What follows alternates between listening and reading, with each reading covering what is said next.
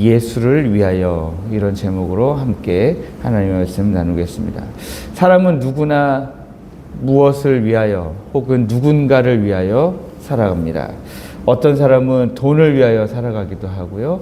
어떤 사람은 자식을 위해 살아가기도 합니다. 또 어떤 사람은 자신의 명예를 위하여 살아가기도 합니다. 무엇을 위하여 살아가는가 하는 것을 우리가 목적어라고 이야기한다면 그 목적어가 무엇이냐에 따라서 그 사람의 인생이 결정됩니다. 오늘 본문에는 평생 돈을 위하여 살았던 한 사람이 등장합니다. 그 사람의 이름은 우리가 잘 아는 것처럼 세리 레위입니다. 그런데 예수님을 만난 후에 그 인생의 목적어가 완전히 바뀌는 것을 우리가 이 짧은 구절 속에서 볼 수 있습니다. 29절을 보면 그는 예수를 위하여 잔치를 열고 있습니다. 돈을 위해 살던 인생이 어떻게 예수를 위한 인생으로 바뀔 수 있었는가, 오늘 그 질문에 한번 답해 보면서 이 내용을 보려고 합니다. 우리는 종종 신앙생활에 대해서 오해도 많이 합니다. 예수님을 제대로 믿고 따르려면 어떤 일정한 자격이 있어야 되는 것 아닌가, 이런 생각을 좀 하죠. 그래서 예수를 믿는다 하면 좀 더 깨끗하게 살아야 되고, 좀 더 헌신적으로 살아야 되고, 남들에게 본이 될 만한 인생을 살아야 되고, 뭔가 좀 더 다른 사람들에 대해서 수용적이어야 되고, 용납할 수 있어야 되고, 좀 더 사랑이 많은 모습으로 나타나야 되지 않느냐. 그래야 그게 예수 믿는 사람이지 라고 우리는 생각하기 쉽습니다. 그래서 우리 모습이 초라하거나 우리 안에 죄가 있으면 주님 앞에 나오는 것을 좀 주저하게 되어 있습니다. 나 같은 사람이 무슨, 이러면서 뒷걸음질 치는 것이죠. 하지만 오늘 본문 말씀을 보면 우리 주님은 자격 있는 사람이 아니라 죄인을 부르러 오신 분이다, 지금 그렇게 말씀하고 있습니다. 레위는 세간에 앉아 있었습니다. 제가 전에도 마태복음으로 새벽 기도를 할 때 설명드렸지만, 당시 세리는 로마의 앞잡이가 되어서 동족의 고혈을 받는 매국노로 취급받았습니다. 그래서 사람들은 이 세리를 공인된 죄인이다, 그렇게 불렀습니다. 오늘날 우리 사회에도 공인된 죄인들 참 많죠. 예. 우리가 텔레비전에서 보는 어떤 사람들 중에 공인된 죄인들 참 많이 있습니다. 그런데 이 레위는요, 세관에 앉아 있었습니다. 이 세관이 어떤 자리입니까? 겉으로는 돈을 버는 성공의 자리처럼 보입니다. 하지만 그 실상을 들여다보면 탐욕의 자리이면서 철저한 고립의 자리였다 하는 사실을 우리가 알 수 있습니다. 친구도 없고 이웃도 없고 함께 대화를 나눌 상대도 없는 아주 외로운 자리였습니다. 그래서 이 레위는 어쩌면 돈은 많았을지 몰라도 영적으로는 정말 비참하게 가난한, 중병이 든 것처럼 보이는 그런 환자였다라는 사실입니다. 그런데 아무도 거들떠보지 않던 그 세관에 우리 주님이 찾아오십니다. 그리고 레위를 주목하여 보시면서 이렇게 말씀하십니다. 나를 따르라. 저는 여기 예수께서 나가사 레위라 하는 세리가 세간에 앉아 있는 것을 보시고라고 하는 이 보셨다라고 하는 단어가 말씀을 준비하는 내내 제 가슴을 그렇게 울리더라고요. 주님, 세리 레위가 그 탐욕의 자리, 그 고립된 자리, 아무도 함께하지 않는 그 외로운 자리에 앉아서 홀로 탐욕의 욕망을 채우고 있던 그 세리도 우리 주님이 보셨는데, 주님, 오늘 우리도 좀 봐주십시오. 주님, 오늘 우리도 좀 열심히 봐주십시오. 그런 마음이 들었습니다. 그런데 그 레위를 보시면서 우리 주님이 하시는 말씀이 나를 따르라 말씀하십니다. 레위가 앉아있는 그 자리에서부터 우리 주님이 좀 치유하신다든지 일으키신다든지 회복시키신다든지 이런 과정 없이 그냥 보시다가 나를 따르라 하셨다. 이건 굉장히 너무 파격적이지 않는가.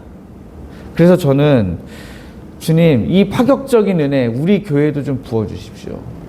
하나님, 어떤 일정한 절차를 거쳐서 어떤 과정을 거쳐서 하나님의 은혜가 임하는 것도 있지만 이 세리 레위를 부를 때처럼 이 파격적인 부르심의 은혜, 이 은혜가 오늘날 우리 교회도 있으면 좋겠습니다. 우리가 생각하는 일반적인 과정들이 있잖아요.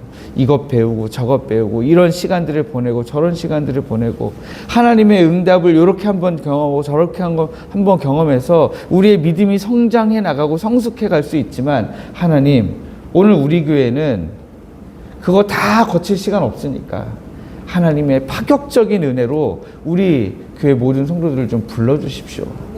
네. 그런 기도가 저절로 나왔습니다. 그런데 이 나를 따르라 하신 이 주님의 부르심은요, 레위 입장에서 어떻게 들렸을까요? 주님이 갑자기 오셔서 누군가가 자기를 쳐다보다가 나를 따르라 했는데 이게 아마 레위 입장에서는 너의 그 지긋지긋한 자리, 그 고립의 자리에서 나와서 나와 함께 가자. 야, 너 그 자리에 앉아 있어서 돈 버니까 좋은 게 아니라 힘들었지? 나랑 가자 이제 라고 하는 사랑의 초청으로 들렸지 않을까 생각해 봅니다. 그래서 그 결과 그가 보인 행동은 28절 말씀이죠. 그가 모든 것을 버리고 일어나 따르니라. 그렇게 들리지 않았더라면 모든 것을 버리고 일어나 따를 리가 없는 거죠. 주님의 초청으로 들리지 않았다면 그는 모든 것을 버리고 일어나 따르지 않았을 것입니다.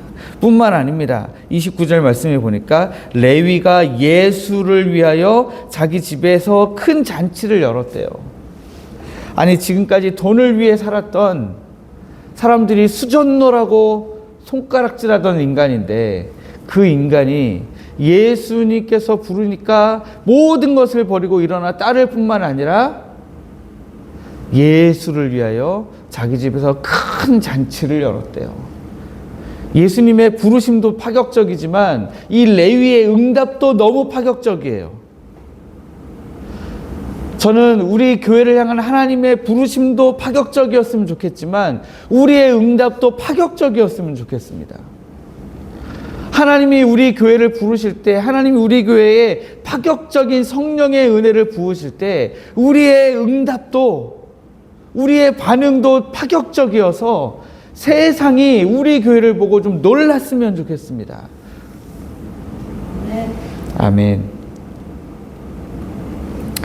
탐욕의 상징이었던 레위의 집이었는데 이제는 예수님을 모시는 은혜의 자리로 변하고 있다라는 사실을 우리가 알 수 있습니다. 제가 전에 누가복음을 관통하는 전체 핵심 주제가 뭐라고 말씀드렸죠? 요즘 최근에 누가복음 전체를 해석하는 열쇠처럼 사용하는 핵심 단어가 있는데 뭐라고 말씀드렸습니까? 입에서 맴도시죠? 환대라고 말씀드렸습니다. 환대. 네. 세리가 앉아있는 자리에 우리 주님이 오셨습니다. 열심히 쳐다보셨죠, 우리 주님이. 자기를 열심히 쳐다보는 그 예수님을 이 세리 레위는 환대해야 되나 고민했을 겁니다. 그런데 우리 주님이 먼저 환대의 손길을 내미시죠. 나를 따르라. 그랬더니 그 환대에 레위가 지금 응답을 했습니다. 모든 것을 버리고 일어나 예수를 따라갔고 예수를 위하여 잔치를 열었습니다. 그러면서 이제 레위가 예수님을 환대하고 있는 것처럼 보이죠. 그렇죠? 그런데 그 다음에 사람들이 이제 레위가 예수를 위하여 연 잔치에 참석한 예수님을 보면서 수군수군할 때 예수님이 뭐라고 말씀하십니까? 건강한 자에게는 의사가 쓸데없고 병든 자에게라야 쓸데있느니라. 내가 의인을 부르러 온 것이 아니요 죄인을 부르러 왔노라. 결국에는 누가 누구를 환대하고 있는 거예요? 레위가 예수님을 환대하고 있는 게 아니라 예수님이 레위를 환대하고 있는 것이 눈에 보이죠. 우리도 마찬가지입니다. 우리가 예수님을 환대하고 예수님을 환영하고 예수님을 우리가 모시는 것 같은데, 그래서 우리가 모든 것을 버리고 일어나 주를 따라가겠습니다 하고 내가 주님을 위해 뭔가 결심하고 결단하고 내가 뭔가를 하고 있는 것 같은데, 돌아서 보면 내가 주님을 환대한 게 아니라 주님이 우리를 환대하고 계시다라는 사실을 우리가 알게 되는 것입니다. 그게 이 누가복음을 해석하는 중요한 열쇠인 것이죠.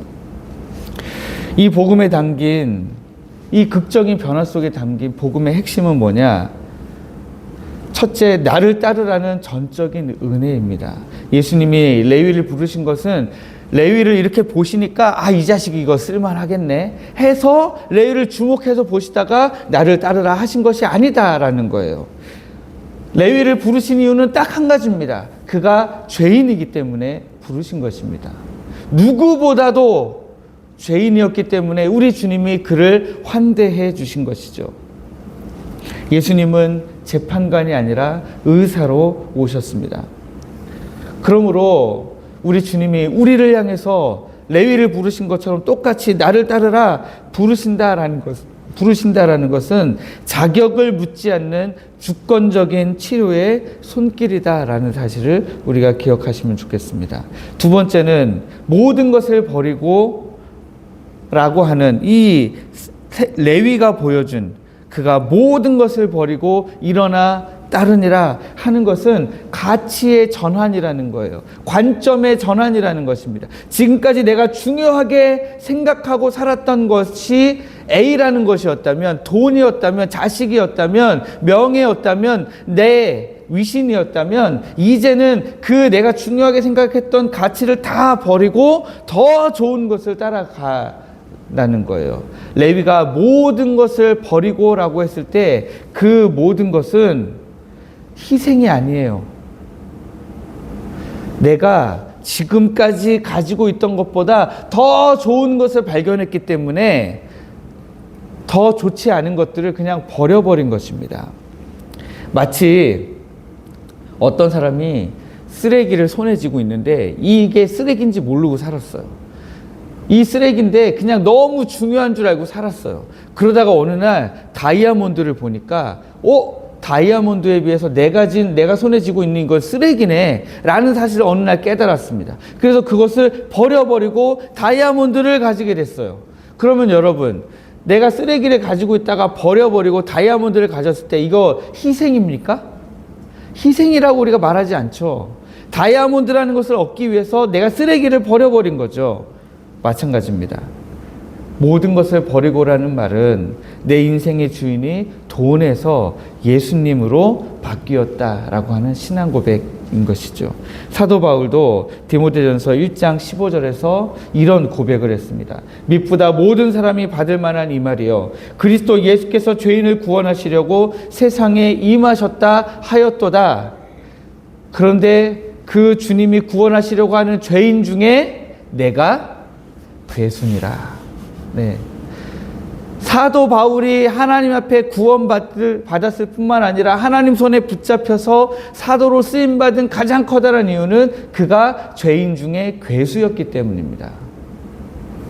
제가 주일날에는 여러분들을 걸작품이라고 불렀지만 오늘 이 시간만큼은 여러분들은 죄인 중에 괴수입니다. 저도 마찬가지고요.